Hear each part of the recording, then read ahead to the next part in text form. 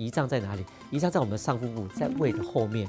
大家知道超音波有个特性嘛，就是它如果遇到空气，它就会被挡住哈。胃里面有很多的空气哈，所以当一个器官躲在胃的后面的时候，你的超音波的诊断率其实是不高的啦哈。所以基本上胰脏癌有时候特别是小的胰脏癌，你做腹部超音波是可能会 miss 掉的，没有那么的准确了。另外就是大家可能听过的所谓的正子扫描哈，正子扫描大家也都知道嘛，癌细胞长得比较快，所以它在葡萄糖的摄取量比较大。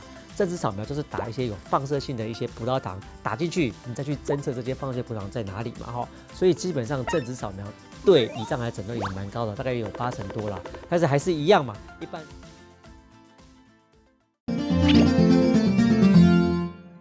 今天要跟大家来聊一聊胰脏癌啊哈。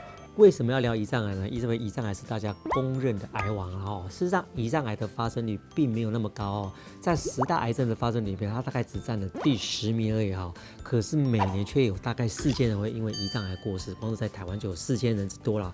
为什么呢？因为针对胰脏癌最有效的治疗就是开刀。但是你知道吗？根据统计来算的话，只有不到1/5的人在发现胰脏癌的时候有机会开刀哦。为什么？因为它初期的症状非常的不明显，等到你不舒服去做身体的检查的时候，才发现你得到胰脏癌，大部分都已经不能开刀了哦。所以看到很多一些名人啊，他被电视上报道的时候，都是可能年初诊断胰脏癌，不到5个月、6个月就过世了，这就是为什么胰脏癌那么可怕的原因哈。就是因为胰脏癌这么可怕哈，所以常常都有人来问我说，江医师，我要做哪些检查才可以提早发现我的胰脏可能会是有问题的呢哈？接下来就跟大家讲一下这些我们对于胰脏常做的一些检查了哈。第一个最简单也没有伤害的，就是所谓的腹部超音波哦。大家很多知道嘛，其实腹部超音波可以看的地方非常的多啊，比如说你的肝脏啊、你的胆囊啊、你的脾脏啊、你的肾脏啊，都可以经由腹部超音波做很好的检查了哈。基本上它又没有放射性，又不会痛，所以舒适性又很高，所以腹部超音波是我们最常做的一个检查。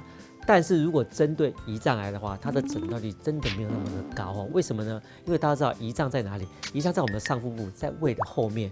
大家知道超音波有个特性嘛，就是它如果遇到空气，它就会被挡住哈。它一定要遇到实体的物质，它才能够穿过去。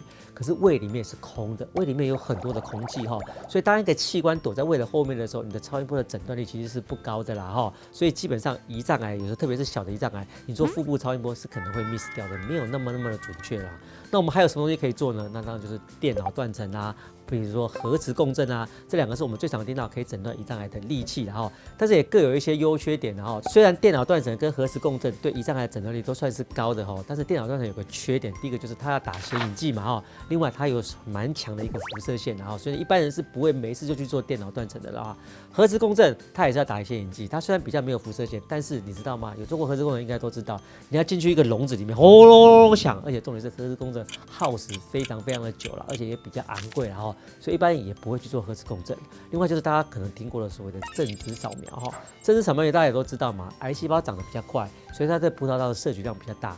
正子扫描就是打一些有放射性的一些葡萄糖打进去，你再去侦测这些放射性葡萄糖在哪里嘛哈。所以基本上正子扫描对胰脏癌诊断也蛮高的，大概也有80%多啦。但是还是一样嘛，一般人也不会去做这么昂贵的检查，没事谁会去做这么昂贵的检查哦？另外一个还有一个比较便宜，就是所谓的肿瘤指数 CA199了哈。但是我要告诉各位，这个真的只是纯参考啦。有很多胰脏癌的人，他其实肿瘤指数没有高哦，那有很多肿瘤指数高的人，它其实不是胰脏癌，可是其他毛病所引起的啦哈。当然，肿瘤指数是可以做参考，但是绝对不是一个绝对的标准哈。其实我们平常最常在做的还是超音波啦，跟肿瘤指数啦哈，只是真的没有那么的准确啦哈。那你会觉得很奇怪，那我到底什么时候要去做电脑断层、核磁共振或者是正子扫描啊？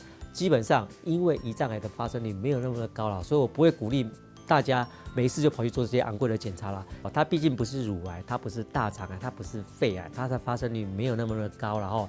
所以你真的不需要因为看到新闻里面报道又有人得了什么胰脏癌，就隔不到半年就过世，就非常的紧张了哈，就说我一定要赶快去做一些很高阶的检查，真的不需要这样子哈。基本上只有胰脏癌的高风险群的人才需要做这些高阶的检查啦。那针对胰脏癌而言，到底有哪些人是高危险群的？其实也很简单，比如说你有慢性胰脏炎的人。像一些喝酒的人，他就很容易会有慢性胰脏炎。另外，所有的癌症都会遗传，所以如果你家属里面有胰脏癌的病人，当然你也是所谓的高危险群嘛哈。另外，如果你在检查里面发现你胰脏有一些水泡或是囊肿的人，其实也比较容易产生胰脏癌啦哈。还有一些就是像抽烟、肥胖、糖尿病人都是胰脏癌的高风险群。这里面我要特别提到抽烟啊，抽烟真的是非常的危险，它不但会产生肺癌，它让你胰脏癌会产生的几率也高了2-3倍哦，所以一定千万要戒烟啊哈。最后就告诉大家了哈，胰脏癌是癌中之王没有错哈，因为它一般被诊断的时候，常常都是晚期的哈，能够开刀的病人真的不到20%的哈。